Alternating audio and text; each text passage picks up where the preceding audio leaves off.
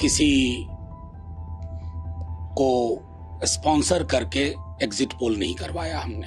हमारा exit poll और opinion poll प्रधानमंत्री जी के ही बयानों में नौकरी पे बात करना हर दल की मजबूरी, पलायन, सामाजिक सुरक्षा, इन मसलों का जो सबलीकरण हुआ है बिहार में, उसके आधार पर मैं आपसे कह रहा हूं कि सरकार हमारी ही बन रही है। बीजेपी के एक सज्जन ने जब पटाखे उन्होंने चलाने शुरू किए, बाद में पटाखे के 2 ठेले राजद कार्यालय में भिजवा दिए थे जब हम जीत रहे थे। बयान है कि अगर जीत गए तो ठीक, हार गए तो मतगणना में नहीं। देखिए, आग्रह करूंगा ट्विस्ट न किया जाए उनके बयान को और हमारी संभावनाओं को।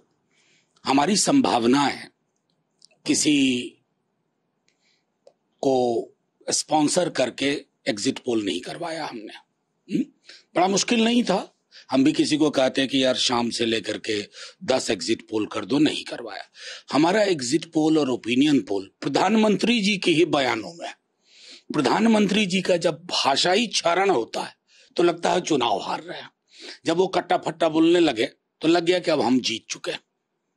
और वहीं हम देख रहे हैं, क्योंकि 20 ईस्वी में तेजस्वी जी ने जिन मुद्दों को उकेरा था, संभवतः पहली बार बिहार की पृष्ठभूमि में, बिहार में, वो आज परिपक्व हो गया है। नौकरी पे बात करना हर दल की मजबूरी, पलायन, सामाजिक सुरक्षा, इन मसलों का जो सबलीकरण हुआ है बिहार में, उसके आधार पर मैं आपसे कह रहा हूं कि सरकार हमारी ही बन रही है। हमें 2015 याद है।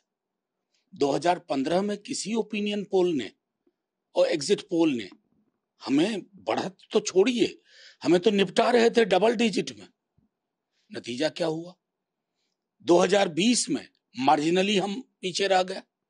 2025 अंकगणितीय दृष्टिकोण से ही अलग वर्ष नहीं है। गुणात्मक परिवर्तन हुआ है बिहार की सोच और समझ में। आपको शायद बहुत लोगों को नहीं पता होगा, आज मैं पब्लिक कर दे रहा हूं। बीजेपी के एक सज्जन ने जब पटाखे उन्होंने चलाने शुरू किए, बाद में पटाखे के 2 ठेले राजद कार्यालय में भिजवा दिए थे जब हम जीत रहे थे। नाम उजागर नहीं करूंगा। संतुलन बना लिया। नहीं, अब उतने पटाखों का करें क्या? वो उनकी मजबूरी थी।